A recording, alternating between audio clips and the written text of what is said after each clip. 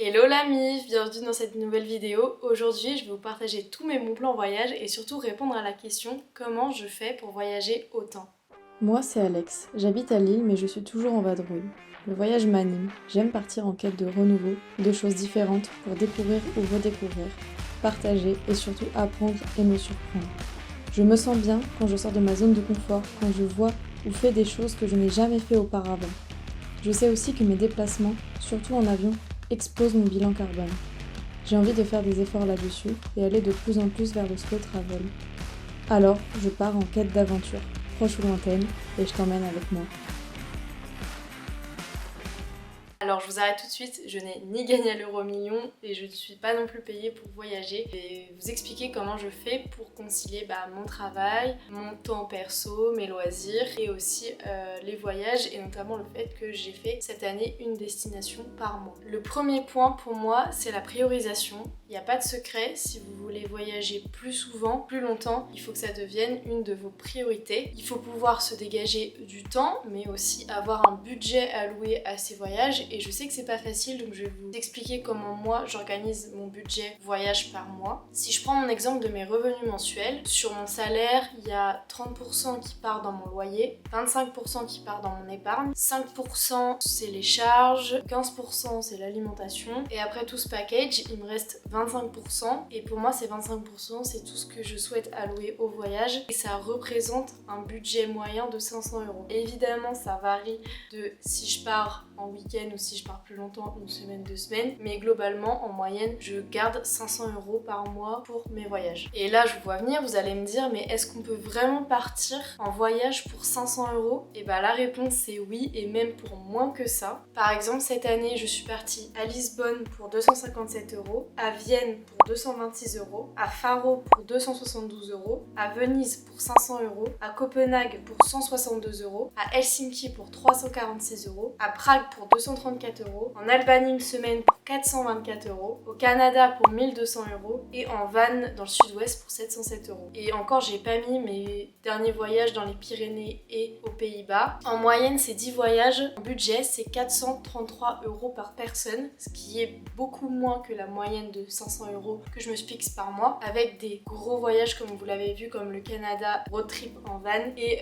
le voyage aussi à Venise qui était on va dire hors budget global. Alors on peut se demander est-ce que voyager c'est cher? Alors pour moi cette question elle est nuancée, ça va dépendre. D'abord votre façon de voyager, est-ce que vous voulez toujours être en hôtel ou est-ce que vous pouvez envisager de parfois prendre une auberge de jeunesse? Est-ce que vous voulez des Airbnb ou est-ce que vous voulez tout le temps des hôtels, ce qui implique que vous allez devoir manger à l'extérieur souvent? Est-ce que vous préférez partir exclusivement en avion ou est-ce que vous vous ouvrez à d'autres alternatives comme des trains de nuit, les bus, les covoiturages, ce genre de choses? En fonction de ça, du transport et du logement notamment, le budget va évidemment varier. Mais dans tous les cas, il est possible de trouver des bons plans et des astuces pour ces deux parties. Je vais vous montrer comment faire aujourd'hui. Et pour moi personnellement, non, voyager c'est pas du tout cher parce que je me fixe cette priorité et que je me fixe aussi ce budget et je m'y tiens et ça me permet en fait de trouver des vrais bons plans et de voyager pour pas cher au moins une fois par mois. Alors là du coup c'est la partie je pense qui va le plus vous intéresser, c'est la partie comment réserver des séjours pas chers. Du coup je vais vous montrer un premier avec les billets d'avion. Donc je vous conseille deux sites pour les billets d'avion, Skyscanner et Google Flight, et je vais vous montrer ce que ça donne pour les deux. Donc toujours en navigation privée s'il vous plaît quand vous cherchez des billets d'avion. Donc vous mettez votre aéroport de départ, par exemple Paris, et vous cliquez sur l'option explorer le monde. Avec ça vous allez être flexible sur la destination d'arrivée. C'est mieux d'avoir pas de date spécifique de départ mais plutôt une période à laquelle vous voulez partir. Par exemple on va prendre avril 2023 et là je fais rechercher. Et là Skyscanner va vous montrer une liste du prix le moins cher au prix le plus cher. On voit par exemple que je pourrais partir à Porto dès 53 € pour avril. Donc là vous naviguez dans les dates. Donc, par exemple si on s'imagine faire un week-end, on pourrait prendre du 14 au 16 avril. Le site nous affiche un aller-retour pour 80 €. Après c'est départ de Beauvais, moi je conseille pas forcément de partir de là-bas parce que c'est pas très pratique. Je pense qu'on peut avoir des départs de Orly pas trop cher. Donc ça c'était l'exemple pour Skyscanner. Et si vous preniez Google Flights, ce qui est sympa dans Google Flights c'est que vous avez la partie visuelle avec la map que vous pouvez bouger en fonction de la zone géographique où vous voulez vous rendre. Donc pareil, aéroport de départ Paris, destination, mettez une zone géographique, du coup par exemple on va dire l'Europe, Ne renseignez pas vos dates tout de suite et quand vous êtes dans la recherche, vous pouvez mettre date flexible et ensuite la période, on va prendre l'exemple de mai sur une semaine en 2023. Vous avez la liste sur Google Flights où vous avez aussi les petits points sur la map qui vous permettent de naviguer. Par exemple, on peut voir qu'on peut se rendre à Malte pour 73 € aller-retour avec Vueling. Et en vrai, c'est des prix qui sont hyper intéressants parce que là, ça vous fait moins de 100 € l'aller-retour pour le transport. Petite parenthèse, si vous réservez des billets d'avion sur les sites, ne prenez aucun supplément, tout est gratuit. Ne prenez pas de supplément bagage, ne prenez pas de sièges réservés en avance. Ça, c'est les techniques des compagnies aériennes pour vous faire payer en plus. Payez juste votre billet et à la limite, si vous voulez des assurances, mais normalement, c'est compris dans votre carte bancaire. Donc vraiment, ne prenez rien. Et si vous n'avez pas de sac, là, vous pouvez prendre l'astuce du sac à dos. Compagnie low cost comme Ryanair, EasyJet, etc. Vous prenez un petit sac à dos de entre 20 et 30 litres que vous n'enregistrez pas et que vous portez sur vous le jour J. Ça passera. Pour les vols un peu plus long courrier, vous pouvez prendre un sac un peu plus gros, par exemple de 40-50 litres. Et pareil, il passe en bagage en fait cabine et vous n'avez pas besoin de payer un bagage en soute supplémentaire. Je suis partie au Canada avec mon sac de 50 litres en bagage cabine, c'est passé tranquille. Pour les trains, malheureusement, il n'existe pas de site comme Skyscanner ou Google Flight. Pour partir en France, il faut que vous passiez par la SNCF directement. Après, si vous élargissez à l'Europe, il y a l'application Trainline qui est sympa pour regarder ses billets de train ou de bus. Ce que je vous conseille, c'est de regarder au moins 3 mois à l'avance pour les billets. Comme ça, vous aurez les billets les moins chers. Et d'avoir une carte avantage, en fait. J'ai la carte avantage jeune pour avoir les prix plafonnés à 30%. Maintenant, on va passer à la partie hôtel. Donc, pour moi, ça dépend de la durée de votre séjour. Est-ce que vous partez plutôt pour une durée courte, 2-3 jours, un week-end, ou pour une durée plus longue, 1 semaine, 2 semaines, voire 3 semaines, 1 mois. Et ça va déterminer en fait quel type de logement vous allez réserver. Par exemple, moi si je me dis si je pars un week-end, j'aurais envie de plus profiter de l'extérieur, donc je vais réserver un hôtel. Et pour des durées un peu plus longues, 4 jours, 1 semaine, 2 semaines, je vais plutôt prendre un Airbnb ou en fait un logement entier où je pourrais rester dedans, me reposer et surtout cuisiner pour ne pas avoir à dépenser systématiquement à l'extérieur. Donc une fois que vous avez vos dates et que vous avez réservé vos transports, vous les renseignez par exemple dans Booking et là vous allez chercher un hôtel. Moi ce que je fais c'est que je filtre systématiquement sur les prix. Par exemple 100 € par nuit, ça me paraît être un bon prix pour pouvoir filtrer. Un bon plan sur Booking c'est de passer par le cashback Igral. En fait Igral c'est une application, vous l'ouvrez et souvent il y a le cashback Booking, il est entre 2, 3 voire 7% dans les meilleurs jours et ça va vous donner un montant, donc par exemple 7% de votre réservation en cagnotte sur Igral que vous pourrez ensuite virer sur votre compte bancaire. Et ça je l'ai découvert cette année et franchement c'est trop bien. Je vous montrerai ma cagnotte Igral.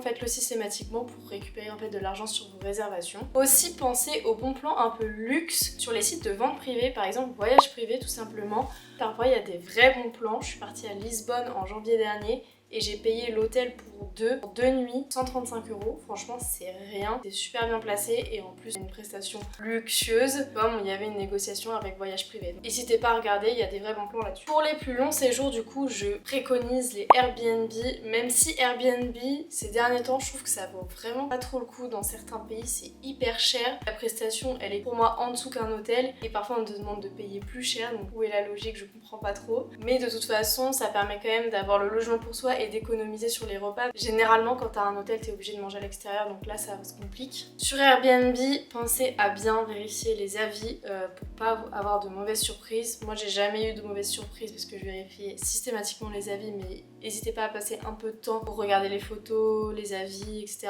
Même poser des questions aux propriétaires. Vous pouvez filtrer aussi en fonction de vos préférences. Est-ce que vous voulez forcément un logement entier ou est-ce qu'un logement partagé, par exemple une chambre chez l'habitant, ça vous dérange pas. Je l'ai fait quelques fois la chambre chez l'habitant et en vrai ça peut être une bonne alternative quand on connaît pas trop la ville ou la région dans laquelle on se rend. Ça permet d'être directement en fait chez les locaux et de discuter avec eux et d'avoir quelques tips en fait pour le voyage, donc c'est aussi sympa de le faire. De manière générale, je conseillerais d'être en veille en fait sur les bons plans ou votre organisation voyage parce que ça peut prendre du temps. Personnellement, je suis quelques sites ou quelques comptes sur les réseaux sociaux qui me permettent en fait d'avoir accès à ces bons plans rapidement, comme par exemple le site Voyage Pirate. Je suis abonnée en fait à leur newsletter et c'est comme ça que j'ai trouvé les vols Paris-Montréal à 250 € pour mai dernier. Et aussi, je suis une fille sur Insta qui fait vraiment des bons plans. Elle, c'est son taf. Elle s'appelle 1000 Voyages. Je vous mettrai son Insta dans la description. Maintenant, Maintenant que le transport et le logement sont réservés, comment on fait pour ne pas exploser son budget sur place? Pour moi, le premier point, c'est manger à l'extérieur le moins possible si vous avez la possibilité par exemple de cuisiner dans votre Airbnb.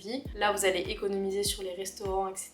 Pour les activités, j'ai une amie qui m'a parlé de Free Walking Tours quand elle a fait son tour d'Europe. Moi, je l'ai pas encore testé, mais en gros, c'est un guide qui propose du coup des balades guidées dans la ville où vous êtes et vous payez le montant que vous souhaitez. C'est-à-dire à la fin, vous donnez un pourboire et ça peut être par exemple 2, 3, 5, 10, 20 euros en fonction en fait du budget que vous avez. Ça permet en fait d'être assez libre sur la partie budget de la découverte de la ville avec un guide. N'hésitez pas aussi à regarder les activités gratuites à faire dans la ville, notamment les musées gratuits certains jours dans le mois comme le dimanche. Et pour moi, la meilleure activité qui coûte rien du tout, c'est se balader, faire des randonnées, découvrir le lieu avec la marche. Pour moi, c'est la meilleure façon de s'imprégner de l'atmosphère quand vous arrivez dans un endroit. Moi, ça me permet de prendre mes marques, de commencer à prendre des photos, de comprendre comment vivent les gens sur place, etc.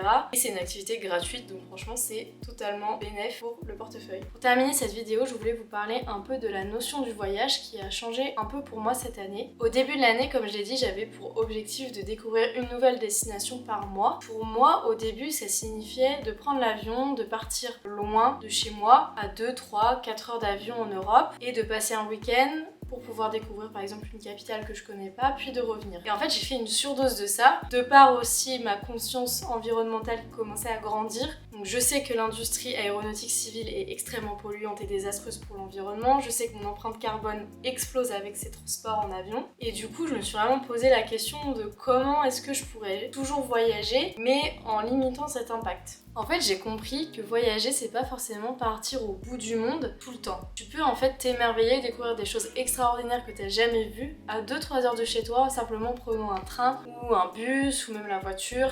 Et aussi du coup découvrir des trucs incroyables. Donc j'ai fait par exemple une semaine en sud-ouest en van, en train de nuit dans les Pyrénées avec ma sœur. Là récemment je suis allée à La Haye en bus. Donc j'essaie de faire à mon échelle des petites actions sur ça, même si c'est compliqué. Et je suis pas parfaite, je continue à prendre l'avion, mais au moins j'essaie de réfléchir à cette question et de trouver des alternatives. Le message que je veux faire passer aujourd'hui, c'est que les alternatives, elles existent. On a la chance de vivre dans un pays qui est magnifique, qui regorge en fait de spots incroyables à aller voir. Si vous avez besoin d'inspiration, je vous conseille le site de Bruno Maltor et notamment sa carte où il y a les plus beaux spots et lieux à voir en France, que je vous mettrai aussi dans la description. Et je vous conseille aussi de suivre Tolt, qui est un créateur de contenu voyage et qui a décidé récemment de ne plus prendre l'avion, donc il part à la découverte de la France. Il a récemment sorti une vidéo sur l'Oise, le département dans lequel je suis née, qu'il classe comme le département le plus riche en termes de patrimoine et de culture. Ça montre que même les endroits où on est né, où on a grandi, ont beaucoup de choses à nous offrir